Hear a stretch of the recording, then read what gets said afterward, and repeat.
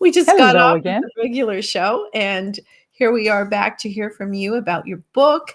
And I love this. It was only a few weeks ago that I thought about I should be having my guests read from their books to offer more to our viewers and to get a sense of what you're writing. We talk all about your writing journey, but let's hear some of the writing. So I'm so excited. And this is great because with the latest circuit breaker, my book launch didn't go ahead. So I didn't get a chance to read. So here I am. Yeah, and Things happen for a reason. oh, well, it is. And I actually have a signed copy. I've got one of those copies that you must have signed at Flanker Press. I signed so many, I got low blood sugar at one point, and I think my signatures are really funny. Let's check that out. I think it is a pretty, I think you signed a lot. Check out this signature. There we go. You're looking like, yeah, the way my husband signs something. Yeah. Anyway, So I fill us wanted to in on what read to you're going to do. you a section. It's chapter 31, Henry and the Walmart Wind. And this chapter was inspired because my son and daughter drove in my son's car up to Walmart on Stavanger Drive, and the wind was so severe, a shopping cart came and ripped off the side mirror of his car. And that's where the inspiration for this chapter came from. But this is the first time that Henry Puddester, the protagonist, meets Dolores, who is the woman who has just traveled across the country in her Ford LTD covered in 4,000 pieces of junk. Oh my So gosh. here it is. Here it You is. ready? Just one point. If somebody's not from Newfoundland, they might say, "Oh, come on, a wind could not do that." Yes, a wind, especially in St. John's, could do that. Right now in St. John's, my house is shaking as I do this interview. The beams are moving. Ah, And yesterday morning was really severe. So Walmart on Stavanger is mm. considerably higher elevation than where I am. So yes, it would do that. So Okay. you ready now? Okay. Yeah. Okay. So Henry and the Walmart Wind. Henry pulled the Ford Escape into the Walmart lot just in time to see an errant shopping cart take out a middle-aged woman with a head of cropped blue hair. The cart was careening across the parking lot, heading east, when it took a turn to the south, and bam, down she went.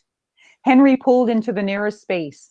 Bloody hell, did you see that? Frank jumped out of the SUV and ran to where the shape lay prone on the asphalt, the cart on its side next to her, and the contents of her purple purse strewn around her like an art installation. Anything lighter than a pound, taking flight towards Robin Hood Bay. Henry jumped out and forced the door shut against the wind. Christ almighty, that's her, Frank screamed over the howling gust. That's Dolores, the station wagon lady. I recognize the pence. But not the hair? Henry's eyes traveled the length of the motionless figure, moving down from the blue hair and red lipstick to the pink jacket and floral pants, which he had to admit were indeed memorable. No movement came from the lump, despite the wind gusts lifting the ends of the jacket and floral pant legs, as well as some strands of aqua hair. She's out cold, said Frank, looking around as if hoping a doctor would materialize through the automatic doors in the distance. Check her pulse, would you? She's your friend, you check. She's not my friend, but she is the only person alive able to identify the meter thief. So why don't you feel it? I'm scared. Henry rolled his eyes, squirted on some hand sanitizer, and took the woman's wrist in his. Pulse is fine. His eyes roaming the parking lot for the LTD. There was a group of people standing around something in the far corner of the lot. Maybe that was the mysterious station wagon. I'm calling 911. Frank pulled out his phone. Henry surveyed the contents of the purse that had not yet taken flight. A large plastic bottle of Gorilla Glue lay on the ground near a box of flakies. Frank started to key in the numbers. Wait, Frank. Looks like she's coming around. The woman opened her eyes, but she did not seem to register Henry at her side. Frank crouched beside Henry and nudged him out of the way. Dolores, it's me, Frank, from City Hall, remember? The woman turned her head ever so slightly to bring Frank into focus. She blinked. See no evil. She closed her eyes. Yes, we know all about the monkey. See no evil, she repeated, eyes still shut. Don't worry, Dolores. We're going to call an ambulance. At the word ambulance, it was like a lightning bolt passed through Dolores's body. Her eyes flew open. She shrieked, "No ambulance!" Okay. Henry rubbed his thumb and forefinger up and down along the scruff of his chin. What now? We'll bring her to the hospital ourselves. I came here to see a souped up station wagon, not play good Samaritan to some nut bar. She's not a nut bar. Well, maybe she is, but we can't just leave her here. I've got enough on my plate between Millie and Dash and bloody babies left in shopping carts. I'm going home to watch the game. Come on, Henry. It won't take any time. We'll still catch the game. And I have 8 tins of scrummy Guinness. Henry raised one eyebrow. It wasn't like Frank to buy Guinness. I don't know what scrummy means, but if you have Guinness. Yes, I do occasionally stock beer brewed by someone other than myself, although I'm sure it's far inferior to my latest batch. Is it cold? Ice. Okay, I'll pick up her stuff. Frank stood up to disperse the small crowd that had migrated from the station wagon to the accident scene. Show's over, everyone. They grumbled but moved on. He bent down to grab the flakies and a hairbrush before they blew away, while Henry wrestled the catch-all from the lady's arm and opened it wider to put in the Gorilla Glue. It looked like maple syrup. He motioned to Frank to drop the other things inside. The last thing Frank picked up was a Mickey Mouse key ring with at least 20 keys on it. He pitched them in the bag and Henry swung it over his shoulder. Looks good on you, Frank laughed, that thundering laugh of his. Henry did not laugh. He threw the bag in the escape and drove as close as he could to the woman so they could load her inside. She's no lightweight. Frank wrestled the woman into a sitting position before taking her under her arms. Henry took her legs, and together they heave-hoed her into the back seat in much the same way Henry had loaded a 40-pound bag of sushi rice a few days before. Henry stretched to strap on her seatbelt and placed her purse in the seat next to her lifeless form. So that is how Henry met Dolores. So I was going to go on and read a second section.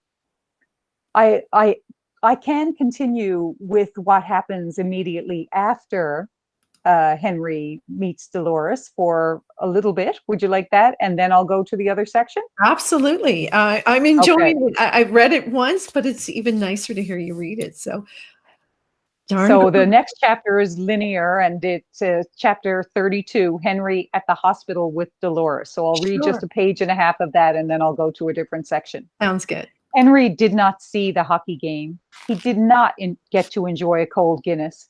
He did not even really get to see the Ford LTD.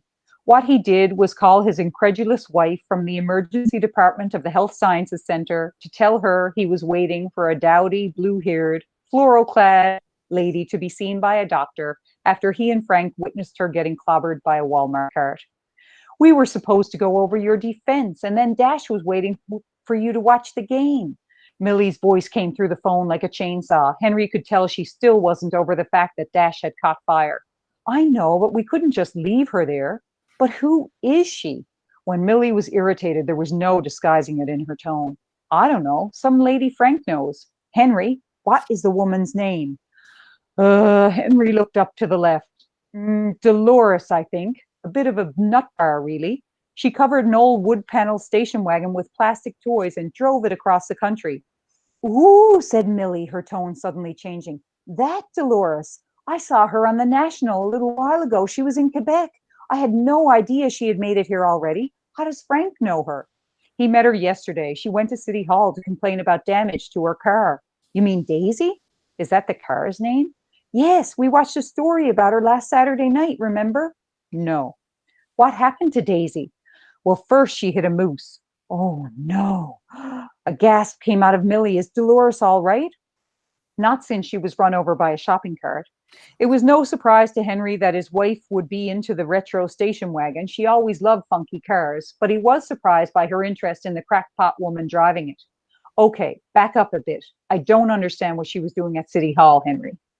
Henry was experiencing information overload. A thief was ripping the head off a parking meter and ended up damaging the station wagon too. Ooh, the plot thickens. So when she went down to the bunker, they called Frank, ipso facto. Then Frank insisted we had to bring her to the hospital, so here we are. At least I am. Not sure where Frank disappeared to. A stretcher pushed by a short male porter with a mohawk trundled by. Okay, keep me posted. I'd love to meet her sometime and see Daisy. Gotta go, Millie. They're calling her name. So that's Henry's introduction to Dolores. And now we are going to move on to chapter 34, and this is Henry's practice session with Gloria. So Henry's wife, Millie, is a defense lawyer, and in their firm, Millie works with Gloria, another defense lawyer, and she has agreed to represent Henry in his court case. He's been accused with kidnapping for taking an infant child from a supermarket to his home. Hmm. That was Gloria. Millie laid her sleek, pink-rimmed iPhone on the table in front of her plate. Sometimes Henry hated that phone. It was like an interloper with whom he had to compete. He hated the way the ringtone interrupted their lives with its steam train whistle bearing down on the kitchen. She was worried they might charge you with child endangerment, but says they're leaving it at kidnapping. Millie paused, taking a bite of her toast. Ever since Henry had met Millie back in university, she had always started her day with dry toast dunked in black tea. Good Lord, Henry stood up. I know it sounds bad, but you'll be all right. Gloria will make sure you're prepared. When's the hearing? This coming Monday. Oh, that's not going to work. I'm going golfing with Frank on Monday, he said, leaning against the counter. I would advise finding a designate. But it's the Big Brother's indoor tournament. Henry thought of his old office buddies. At this moment, they were down south, golfing in 30-degree temperatures, their grown children independent and out of the picture. Henry was stuck in a place that had no spring, and his life had gone so far off the rails that he couldn't even manage to get away for one morning to play golf indoors. Go golfing if you like, said Millie, brushing crumbs off the table and onto her plate. I'll arrange for a tour of the penitentiary if you like. Henry loved his wife, but right now he wished she would disappear. She would normally be at work, but today she was going in late so she could be here to work on defense strategy with Gloria. Henry couldn't help but feel nostalgic about his years at the office, where all he had to worry about were lazy employees and marketing campaigns. He tried to look at the bright side. Answering questions for Gloria would be better than answering questions for Millie. Millie was one of the most intimidating people he had ever met. All the same, he wouldn't want to come up against either Millie or Gloria in court. Vultures were less menacing than those two. Dash ran in and dumped his backpack in the porch. Going out to play manhunt with Stella. Henry hoped Dick hadn't mentioned anything to Stella about the supermarket incident. It was awkward enough when Akela brought it up at Cub Camp. Dash was gone less than a minute when Gloria arrived in a cloud of perfume. She came in the dining room and ear-kissed Millie, then Henry. You smell like Frank when he's vaping. Frank smokes Giorgio Armani Acqua di Gioia? No, cotton candy. Love you too, Henry. Gloria was a Latino clone of Millie, with Honduran parents. She was a bit taller, curvier, and always wore outlandish glasses and austere jewelry, where Millie was more subtle. But for all intents and purposes, they were the same. He knew that people at the office called them Tweedle Smart and Tweedle Smarter. Today, Gloria wore glasses with opaque white frames, lenses as large and round as coasters. She pulled off her 5-inch heels and threw them back toward the front door, where they bounced off the hardwood. This will take some time, a few sessions at least, so let's get right to it. First, we'll outline what happened, and then I'll ask you about the Dilaudid. Gloria took a folder out of her leather laptop bag and flipped it open. Oh, one thing, said Millie. I'm telling you this not as a lawyer, but as your wife. Just try to avoid using the word baby. Millie did that ear quote thing with her fingers. Do you want me to say child instead? Henry paced around the table. No. Henry jumped. Geez, Louise, why not? Sit down and I'll explain, said Millie. Henry sat down on the chair farthest from Gloria. Between her funky glasses and frozen forehead, Henry had a bit of trouble concentrating. I figure that you might arouse more sympathy if we avoid talking about the child, said Millie. Henry raised his eyebrows. In the same way, if Gloria asks you if you recognize the young woman seated in the courtroom, she will probably not say the mother. Okay. When you first saw the carrier, you didn't know there was a baby in there, did you? Millie touched his shoulders.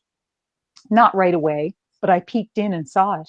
He could still see the little pink-clad human. When he gave her the pacifier, she looked like Maggie in The Simpsons. Where was this? Asked Gloria. At the cache. Henry tried to focus on anything but Gloria's forehead. I plugged in the pacifier. Are you sure? Gloria's eyes locked onto Henry's with an intense focus. That's it. So that's it. You had me. Oh my goodness. It's interesting because when someone's reading to you, it's almost like it's very enjoyable. It almost takes you back to childhood and the whole process of being read to. And it was like, oh, what's going to happen? And you stopped. I know if I have trouble going to sleep, I can listen to an audiobook and it just knocks me out. Yeah, and audiobooks are great, something that a lot of us have to get into, I'm sure, in our journeys. I have not interviewed anyone yet who actually has done the audio version of their book, and something that I've got to get a little more information on and learn about myself. Andy Jones is really, really good. When I read his books, Yeah. I don't have near the pleasure I do than when I listen to him reading them. So if you ever get him or Marnie Parsons on from Running the Goat, you'll you'll get to hear Andy read. Oh, yeah. Well, I'll have to check out one of his books because I find if I'm walking or doing different things, love to be listening to a book. And, Yeah. if you can't read it, you can listen to it. It's great. Well, I just want, And sorry. oh, one other thing, a friend just told me that they gifted not my not an audio book of Supermarket Baby because that doesn't exist yet, but the ebook they were able to gift it to friends. So that's a nice advancement too. When you're far away from someone, you can gift an ebook. Absolutely. And it is nice to hold a book in your hands, but there's many times when an ebook is very practical if you're traveling, which we're not doing right now, Yeah, and as much, but and just the convenience of it. It's on your phone. You're just read anywhere that you might just be hanging out for yeah. 15 minutes. Yeah.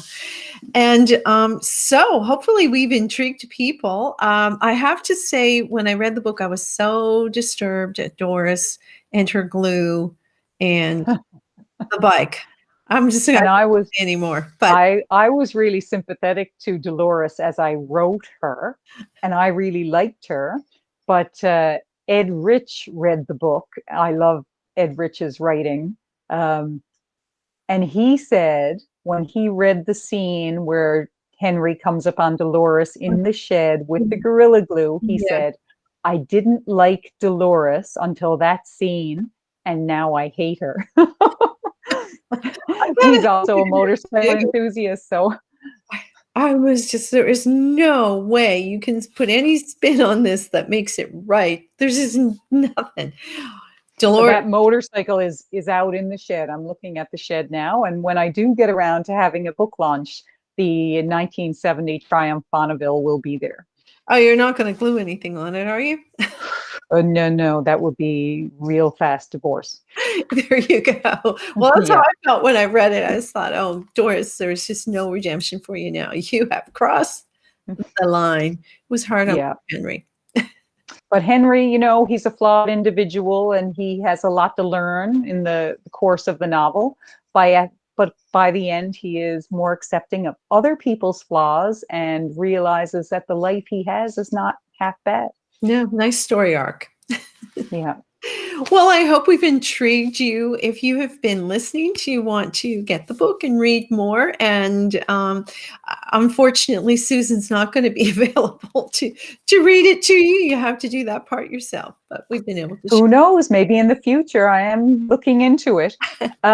Before we clue up, I would love to tell your listeners a little bit about the events that the Writers Alliance has share. on this month alone. Can I tell you a little bit? Absolutely. Well, in March, we have 10 events, and I'll just give you like 3 or 4 of them. We have Getting Started with Indie Publishing with author Scott Bartlett. He also won the Percy Jane's First Novel Award, and his novel that he won for is also set in a supermarket, and it's called Taking Stock, and I really laughed when I read it. Um, we have youth workshops, and we have a series of youth readings coming up called Writing in the Time of COVID. And that sounds negative, but it's meant to be, how did you inspire yourself this past year when you were more or less isolated and not getting out to writing groups? And what did you do to bring light to your writing? We have an Ask Me Anything with Trudy Morgan Cole on March 16th. On March 16th in the evening, we have Understanding the Publishing Path workshop with Kenneth and Jackie Tam. They're very accomplished writers. On March the 20th, we have Writing Commercially Successful Fiction, and that's a 4-hour masterclass with journalist Robert Sawyer. So you can see a lot on the go for March for the Writers Alliance, and there are at least 5 others that I haven't mentioned. So join the Writers Alliance of Newfoundland and Labrador. You won't be disappointed. Not at One-stop shop for writers in this province. Well, I certainly loved what you were talking about there. Some of those programs would be absolutely excellent to do. So thank you for sharing that, and thank you for your work on the board, because I know it has been a lot on top of everything else you're doing, and you have have well, not so many kids at home right now, but you still have No, 2. just 2. I have 4 children now in their 20s, so they're all adults. And then I have a 13-year-old who is below me in the bowels of the basement, just finishing up school, another 5 minutes. Yeah. There you go. Well, thanks so much, Susan, for taking time to join me on Let's Get Writing. Much appreciated. I know we're going to stay in touch, and it's been a pleasure. Yes, I really enjoyed meeting you, Catherine, and I'd love to discuss more. Maybe we'll get to work on some things together someday. Maybe so. And we're going to, don't quite run away. I'm going to infringe on your time a little more. We're going to hop over to Instagram. We're doing Okay. the whole social media circuit today. All Bye right. for So I'm now. going to shut down this program and go to my phone. Yes, I'll see you Okay. there. Goodbye, everybody. Bye.